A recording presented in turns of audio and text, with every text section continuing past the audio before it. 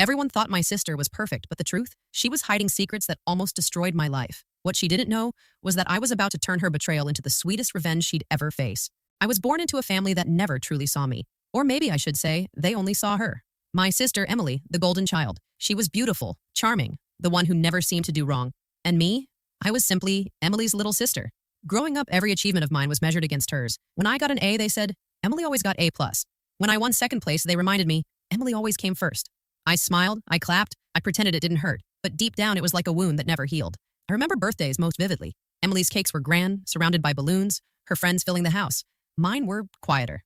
Mom always said, we'll keep it simple this year. Simple meant forgotten. But what hurt the most wasn't the comparisons. It was how Emily herself treated me. She acted like she loved me, hugged me in front of people, called me her baby sister. But behind closed doors, she made it clear I was beneath her. When she borrowed my clothes, they never came back. When I tried to talk about my dreams, she laughed, saying, that's cute, but you'll never be as good as me. And the worst part? Everyone believed her. One memory still haunts me. I was 15, Emily 17. I had my first crush, Ryan, a boy from school who made me laugh. I told Emily in confidence, thinking for once I could share something with her. The next week, Ryan was holding Emily's hand in the hallway. She smiled at me as they walked by, that cruel smile I knew too well. And when I cried at home, she told me, don't be dramatic. He liked me, not you. That's when I realized Emily didn't just want to shine. She wanted to make sure I never did. But life has a way of turning shadows into strength. I didn't know it yet, but every cruel smile, every stolen chance, every belittled dream was shaping me into someone Emily could never imagine, someone who wouldn't stay in the shadows forever. Because one day, I would have something she couldn't take away, something that would change everything. Have you ever lived in someone's shadow, always compared, never seen for who you are? Emily was everything I wasn't, or at least that's how my parents made it seem. She had the kind of beauty that turned heads when she walked into a room. Blonde hair that caught the sunlight, blue eyes that sparkled like glass, and a confidence that made people believe she could do no wrong. When she laughed, people joined in. When she cried, the world seemed to stop to comfort her. She had this glow, the kind of glow that made teachers praise her, neighbors admire her, and relatives brag about her as if she were royalty. I, on the other hand, was invisible. If Emily was the sun, I was the shadow she cast. At school, teachers would say things like, oh, you're Emily's sister. She was such a joy to have in class. Their eyes always carried that flicker of disappointment when they realized I wasn't her. Even my achievements were tied to her name. If I scored high on a test, it was never, well done, Sarah. It was, just like your sister. And Emily knew exactly how to play the role. She was sweet when people were watching. She'd wrap an arm around me at family gatherings, whispering, this is my sister, Sarah. Isn't she adorable? Everyone thought she was the perfect sibling, protective, loving, generous. But when the spotlight dimmed and it was just the two of us, that mask slipped. Emily wasn't cruel in obvious ways. No, she was smarter than that. Her cruelty was subtle, like poison in sweet wine. She'd accidentally remind me how much prettier she was. She'd laugh about how boys liked her better. She'd tell me my dreams were silly, unrealistic, childish, and the worst part? She did it with a smile, so if I ever complained, I looked jealous. There was one night that perfectly summed up life with Emily. I was 16, standing in front of the mirror, trying on a dress for the school dance. For once, I felt pretty, nervous but hopeful. I wanted to believe that maybe, just maybe, people would notice me that night. Emily walked in, eyes sweeping over me. Cute, she said, tilting her head, but you know that dress would look better on me. Before I could protest, she disappeared into her room, only to reappear 10 minutes later, wearing the same dress in a different color, hers shimmering, mine dull in comparison. At the dance, guess who turned every head? Guess who stood in the corner, invisible again? Me. Always me. But here's the thing about being in someone else's glow for too long. It teaches you where the cracks in their light are. Because behind Emily's perfection, I started noticing things. The way she lied so easily to get what she wanted, the way she manipulated people with that sweet smile, the way she couldn't stand it if someone else, even me, had the tiniest piece of attention. I didn't realize it then, but the glow she wore so proudly wasn't real. It was fragile, and someday it would shatter. And when it did, the world would finally see her for who she truly was. Do you know someone who wears a mask of perfection in public but shows a very different face in private? On the surface, Emily's world was flawless. She had the looks, the charm, the admirers, but the closer I watched, the more I saw the cracks. Tiny ones, barely noticeable to anyone else, but to me who had spent a lifetime studying her, they were impossible to ignore. It started with little lies. Emily would claim she studied hard for an exam when I knew she copied notes from someone else. She'd pretend to be generous, giving away clothes she didn't want anymore, then whisper later how everyone should be grateful for her kindness. She could twist any situation to make herself look like the hero, even if she was the one who caused the mess in the first place. I learned quickly, Emily didn't care about truth. She cared about image. One evening, I overheard a conversation between Emily and her best friend, Claire. I was walking past her room when I caught her voice. Sharp, almost mocking. Of course Mom and Dad adore me, Emily laughed. Sarah? She's just there, like background noise. They only keep her around because she's family. Her words hit me like a punch to the gut. I froze outside her door, hands trembling, as Claire giggled in agreement. Background noise, that's what I was to her. That night, I lay awake staring at the ceiling, realizing something painful. Emily didn't just see me as competition. She didn't see me at all. To her, I was disposable, invisible, a shadow that could be brushed aside. But as much as it hurt, it also sparked something inside me. a fire. If Emily thought I was nothing, then I would prove I was something. Not by being her, not by outshining her, but by being me. The cracks grew more obvious when Emily started dating. Her boyfriends always adored her at first, charmed by her beauty, her fake sweetness. But after a while, they'd leave, confused, sometimes angry. I noticed the pattern. Emily couldn't stand when they gave her anything less than full devotion. She craved attention like oxygen, and when she didn't get it, she lashed out. One night, she stormed into my room, furious after a breakup. Her mascara streaked down her face as she hissed, "He left me for someone else." Can you believe that? Me. Do you know how insulting that is? I wanted to comfort her, but before I could, she turned on me. Don't get any ideas, Sarah. Guys like him don't go for girls like you. That was Emily. Even in pain, she had to make sure I stayed beneath her. But here's what she didn't know. Her mask was slipping. Slowly, people were starting to see glimpses of her real self. A sharp comment here, a manipulative move there. Small things, but they added up. And I waited. I didn't fight her, didn't call her out. I watched. Because I knew one day, those cracks would become impossible to hide. And when that day came, the perfect glass Emily had built around herself would shatter into pieces. And maybe then, for the first time in my life, people would finally see me. Have you ever seen someone's perfect image start to crack over time? It happened on an ordinary afternoon, the kind that usually blurred into the rest. I was sitting at a coffee shop near campus, notebook open, trying to scribble down ideas for a short story I was working on. Writing had always been my escape, my way of carving out a space that was mine, untouched by Emily's shadow. That's when I noticed him, Daniel. He walked in with a kind of quiet confidence that didn't scream for attention, yet somehow demanded it. Tall, with dark hair that fell slightly over his forehead, and eyes that seemed to hold secrets. He wasn't flashy like the boys Emily liked. He was calm, composed, almost mysterious. He ordered a coffee, glanced around, and for a second, just a second, our eyes met. My heart skipped. It wasn't just the way he looked at me, but the fact that he looked at me, really looked. Not past me, not through me, at me. We ended up sitting near each other, and somehow a conversation began. At first it was small talk, college, books, the weather. But then it flowed deeper. He asked about my writing, about what I wanted in life. No one ever asked me those things, not seriously. With Daniel, I felt seen in a way I never had before. Over the next few weeks, we met more often. Sometimes by chance, sometimes because one of us had hinted we'd be at the coffee shop at a certain time. Each time I grew more certain. He was different. With him, I wasn't Emily's sister. I was Sarah, just Sarah. But the universe has a cruel sense of humor. One evening, I brought Daniel to a family dinner. I thought it would be nice. My parents could meet someone who finally made me happy. Daniel was polite, charming, easy to like. My parents smiled approvingly, asking him about his studies, his plans. For once, I felt proud to be the one introducing someone special. Then Emily walked in. She was late as usual, making her grand entrance with that golden glow. Her eyes landed on Daniel, and I saw it instantly. The flicker of interest, the curve of her lips forming that perfect smile she always wore when she wanted something. "Sarah," she said sweetly, sliding into the seat next to him. "You didn't tell me your friend was so handsome." Her hand brushed his arm as she laughed at one of his jokes. The room spun, my stomach twisting with dread. I had seen this before. This was Emily's game. Daniel didn't seem to notice at first. He was just being polite. But I knew my sister. I knew the look in her eyes. She had set her sights on him. That night, after dinner, she cornered me in the hallway, her smile sharp as a knife. "You really think someone like Daniel belongs with you?" she whispered. "Don't worry, Sarah. I'll take good care of him." The words chilled me. It wasn't enough for Emily to have the spotlight, the praise, the admiration. She wanted everything, even the one person who made me feel like I mattered. And deep down, I feared she might succeed. Because Emily always got what she wanted. But what she didn't realize was that this time, I wasn't the same quiet shadow she'd always dismissed. This time, I was ready to fight. What would you do if your own sibling tried to steal the person you love? From that dinner onward, everything changed. What used to be small cracks between Emily and me widened into something bigger, sharper. War. Daniel and I kept seeing each other, but every time we met, I felt Emily's shadow looming over us. She suddenly had endless reasons to drop by when Daniel and I were together. If we were out at a restaurant, she would appear with friends at a nearby table, waving cheerfully as if it were just coincidence. If we went to a movie, she'd claim she'd already planned to see the same one.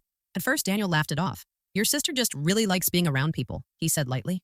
But I knew better. Emily wasn't there to be near people. She was there to be near him. The worst part was her charm, how effortlessly she slid into his conversations, how she mirrored his interests, how she laughed just enough to make him feel fascinating. I watched as she pulled out every trick I'd seen her use on others, the tilted head, the lingering touch, the way she'd make her eyes sparkle when she looked at him. I wanted to scream, to tell Daniel that she wasn't who she pretended to be. But every time I tried, I stopped myself. If I said too much, would I just sound jealous? Paranoid? After all, she was my sister. Who would believe me? One evening, I found Emily in the kitchen, humming as she poured herself a glass of wine. I confronted her, my voice shaking. "You need to stop. Daniel is with me." She turned slowly, her eyes gleaming with amusement. "With you? Oh, Sarah, he's barely holding on. You think he's really interested in someone like you when he could have me?" Her words cut deep, but I refused to let her see me break. I lifted my chin. Maybe he doesn't want someone who plays games. Maybe he wants something real. Emily smirked, sipping her wine. Men don't want real. They want magic. And I'm magic. You're just safe, predictable, boring. I clenched my fists, forcing myself not to cry in front of her, because deep down, I feared she was right. Emily had always been dazzling, magnetic. I had always been the shadow. Days turned into weeks, and the tension grew unbearable. Daniel assured me he cared about me, that Emily's behavior didn't mean anything, but there were moments, fleeting and terrifying, when I caught him glancing at her just a little too long, smiling at her jokes a little too easily. Was I losing him? One night, I broke down. Daniel found me sitting on the edge of my bed, tears streaming down my face. He sat beside me, his hand warm on mine. "Hey," he said softly, "don't cry. I'm here. I chose you, Sarah. Not her, I wanted to believe him." His words felt like a lifeline, pulling me back from the edge. But even as he held me, I couldn't shake the gnawing fear that Emily's storm would eventually rip him away. Because this wasn't just about love anymore. This was about survival. And for the first time in my life, I realized something. Emily and I weren't just sisters. We were rivals, and only one of us would win. Would you confront someone directly if they tried to sabotage your relationship? Or stay silent? The night it all snapped was supposed to be simple. Daniel and I had planned a quiet dinner at a small Italian restaurant we both loved, our little escape from the noise of everything else. I dressed carefully, wanting to look like the version of myself Daniel always said he admired. Natural, genuine, me. But when we arrived, there she was, Emily. She was sitting at the bar, laughing with a group of friends, her golden hair catching the light, as if the entire place had been staged just for her. And when she saw us, her eyes lit up, not with surprise, but with triumph. "Sarah! Daniel!" she exclaimed, as though it were the happiest accident of her life. "What are the odds?" My stomach twisted. It wasn't odds, it was strategy. She had followed us. Again. Daniel, ever the gentleman, smiled politely and invited her to join us. I wanted to scream, to grab him by the hand and pull him out of there, but I bit my tongue, forcing myself to stay composed as Emily slid into the seat next to him, her perfume overwhelming the air between us. Dinner was torture. Every laugh from Daniel, every glance he gave her felt like a knife in my chest. She leaned closer to him than necessary, brushed her hand against his arm as if it were casual, tossed her hair in that practiced way. I sat there, silent, boiling. By the time dessert arrived, I couldn't hold it in anymore. I excused myself, heading to the restroom just to breathe. My reflection in the mirror looked nothing like me, my face pale, my eyes hollow. How had I let her take so much from me already? When I returned, I froze. Emily was whispering something in Daniel's ear, her hand resting on his shoulder. He laughed, low and warm, and though it might have been harmless, it felt like betrayal. That was the breaking point. I slammed my bag onto the table. "Enough!" I snapped, my voice shaking with fury. "Emily, stop it. Stop inserting yourself into my life, my relationship. This isn't a game." The entire restaurant went silent. Emily leaned back slowly, her lips curling into a mocking smile. "Oh, Sarah, always so dramatic. I was just being friendly. Don't tell me you're insecure about me and Daniel." Daniel looked between us, his face tight with discomfort. "Sarah," he began, but I cut him off. "No, Daniel. Don't you see what she's doing? She doesn't care about you. She just wants to take you away from me because she can't stand me being happy." Tears burned in my eyes as the words spilled out, years of frustration and pain crashing through. For a moment, no one spoke. Then Emily laughed, a cruel, cold laugh that made my skin crawl. "You think you can keep someone like Daniel? Please. He deserves better than you hiding in my shadow." Daniel's expression hardened. He pushed back his chair and stood. "That's enough, Emily." His voice was sharp, more forceful than I'd ever heard it. "This isn't about you. I care about Sarah. I chose her. And if you can't respect that, then maybe you shouldn't be around us at all." The words hung heavy in the air. Emily's smile faltered, her confidence cracking for the first time.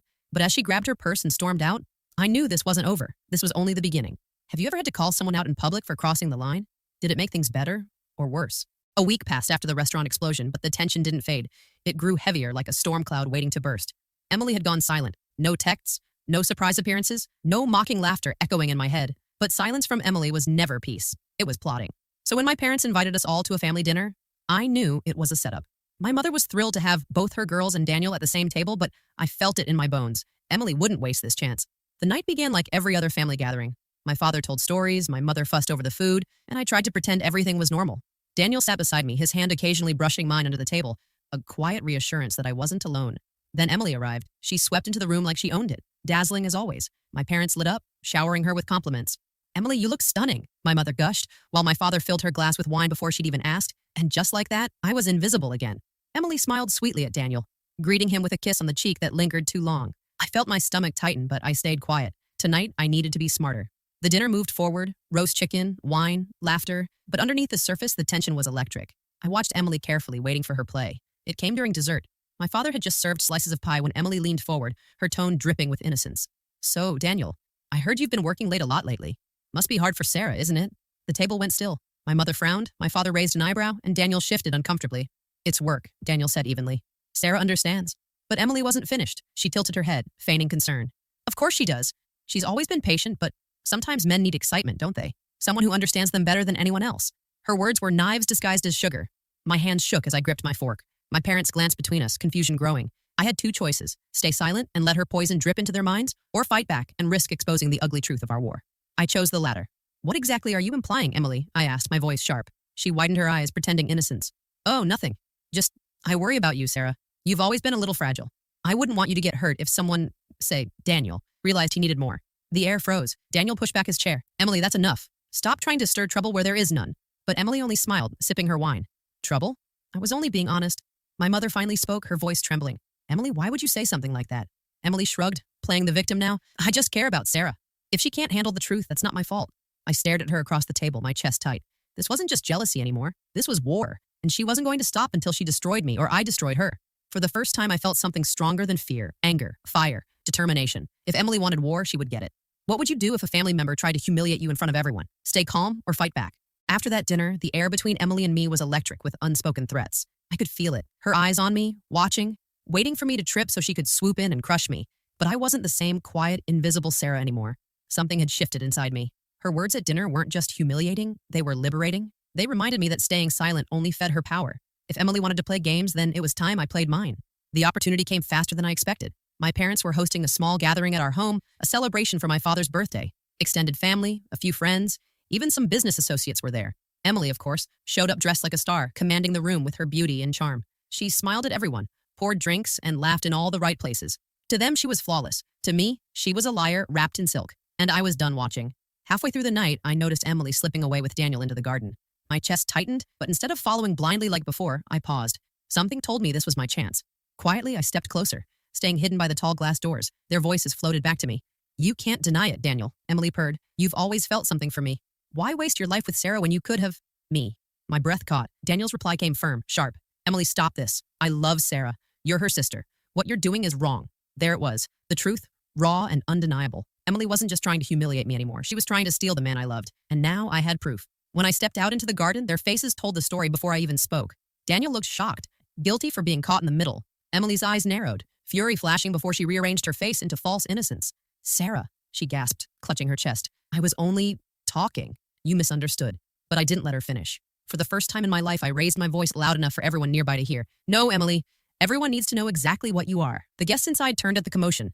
Conversations halted. Footsteps approached. My parents, cousins, and family friends crowded near the doorway, their eyes darting between us. I pointed straight at Emily. She's been trying to destroy me for years. She mocks me, manipulates me, and now she's trying to take Daniel away from me. This is who she really is. The perfect daughter, the golden sister. It's a lie. Gasps rippled through the crowd. My mother's face paled. My father stiffened. Emily tried to laugh it off, her voice trembling. Sarah, please, you sound insane. I was only... But Daniel stepped forward, his voice, steady and strong, cut through the whispers. She's telling the truth. Emily has been crossing lines. I've rejected her, but she wouldn't stop. Tonight was the final straw. The silence that followed was deafening. For once, Emily had no comeback. Her mask had cracked, and everyone saw it. My mother's hand flew to her mouth. My father looked at Emily with disappointment I had never seen before. Emily's eyes darted around wild, searching for someone, anyone, to believe her. But no one stepped forward. In that moment, I realized something powerful. Emily's empire of lies had finally collapsed, and I hadn't just exposed her. I had freed myself. If you caught someone betraying you, would you confront them privately or expose them publicly? The night after the unmasking, I couldn't sleep. My mind kept replaying the look on Emily's face. Shocked, furious, cornered. For years, she had built her world on lies, manipulation, and charm, and in one moment, it all crumbled. But the truth is, exposure wasn't enough. Not after everything she had done to me. Not after all the years I spent in her shadow. No, I wanted justice. I wanted her to feel what I'd felt. Powerless, humiliated, forgotten. The next morning, I woke up with a plan. I knew Emily's biggest weakness. Her need to be adored. She thrived on admiration like oxygen. If I could take that away, she'd suffocate. So I started talking, subtly, carefully. When relatives asked what happened, I didn't hold back. I told them the truth. Not with bitterness, but with honesty. How Emily had tried to sabotage my relationships, how she thrived on comparisons, how she manipulated me into silence. The story spread faster than I imagined. And the more people knew, the less perfect Emily appeared. But I didn't stop there. I threw myself into my work, my passions, my relationship with Daniel. Every success I earned, I made sure Emily saw it. I stopped hiding, stopped dimming my light. I wore the dress I once thought was too bold. I spoke in rooms where I once stayed quiet. I celebrated my wins without apology. And you know what happened? People started seeing me not as Emily's little sister, but as Sarah. The one who worked hard, the one who was kind, the one who had endured so much and still rose stronger. Meanwhile, Emily struggled. Invitations grew fewer. Whispers followed her wherever she went. Even my parents, who once defended her blindly, looked at her differently now. My mother especially avoided eye contact with me, shame heavy in her eyes. Emily tried to fight back, of course. She spread rumors about me, twisted the story to paint herself as the victim, but no one believed her anymore. Her charm had worn thin, her mask too broken to repair. One evening, she showed up at my apartment unannounced. Her hair was messy, her eyes wild. You think you've won, don't you? She spat, her voice dripping with venom. You'll never be me, Sarah. No matter what you do, you'll always be second best. For the first time in my life, I didn't flinch. I looked her straight in the eyes and said calmly, You're right. I'll never be you. And thank God for that. She froze. For once, she had no comeback. That was my revenge, not in screaming, not in sinking to her level, but in proving that she could no longer control me, that she could no longer define me. Emily left that night in silence, her shoulders slumped. And me? I felt lighter than ever. Because revenge wasn't about destroying her. It was about reclaiming myself. And in that moment, I knew I had finally done it. Do you believe the best revenge is success, or making someone feel the same pain they caused you? The morning after Emily's visit, I woke up to sunlight streaming through my window. For the first time in years, it didn't feel heavy. It felt warm, alive, like it was touching me, not some version of myself hidden behind someone else's shadow. I stretched, breathed deep, and realized something profound. I was free.